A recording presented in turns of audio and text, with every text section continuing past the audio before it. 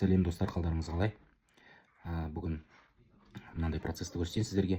Роботтарды аптасына 1 рет, 2 рет тексеріп қарап қоям. Оның ішінде қалай жұмыс жасап жатыр, тоқтап қалған жоқ па, істен шығып қалған жоқ па, просадкалары қандай, сауда қалай болып жатыр, баға қалай болып жатыр. Күніне 1 рет уақыт бөліп тексеріп қоям. Сол процессті көрсетейін. Бүгін трендовый линейка робот Phantom Plus'ты қазір іске қосам, соны қараңыздар. Аштым, мына жерде сушкада тұр екен, мына нольға қоясыз. Сауда балансы бұл жерде $1000. $1000мен жұмыс жасасын. Окей. Келесі пара өз 4 валютный жұппен жұмыс жасайды.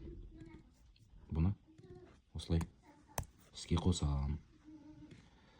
Осылай таңертеңгіліктерде бір тексеріп қарап отырсаңыздар, роботтарыңыз жұмысын жақсы жасауға өздеріңіз септігін тигізесіздер. Тексеріп отырыңыздар, жауапкершілікті таныту керек, ережені сақтау керек. Болды, осы ғана қағида. Автоторговля выключен. Қазір іске қосылады саудаға. Активно, көрдіңіздер ғой. Осылай сауда барысы жүреді. Бұл трендовый роботтар. Пассивтік табысты осылай үйде де отырып роботтарды қолданып табуға болады. Сондықтан хабарласыңыздар.